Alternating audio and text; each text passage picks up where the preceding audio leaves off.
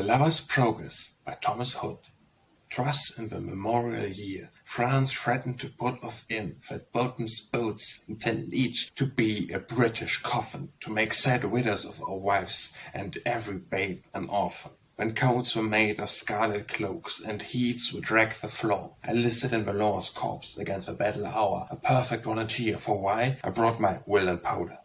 One very dead, a day of dread, like Cato's overcast, about the hour of 6, the morn and I were breaking fast, there came a loud and sudden sound that struck me all aghast.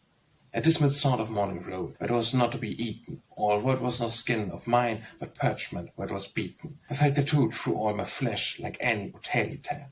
My jaws with other dread enclos'd, the morsel I was munching. The terror looked them up so tight, my very teeth were crunching. All through my bread and tongue at once, like sandwich made at lunching.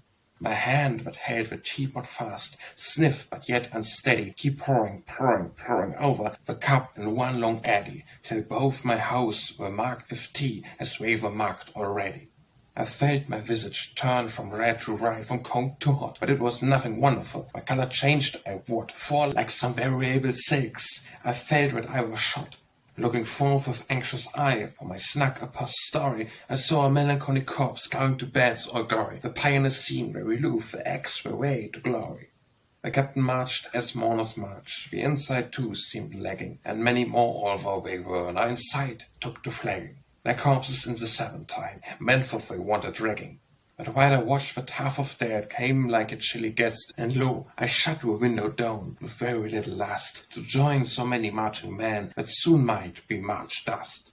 Quoth I, since fate ordains it so, of foe the coast must land on. I felt so warm beside the fire I cared not to abandon. Our hearts and homes are always tights that patriots make a stand on.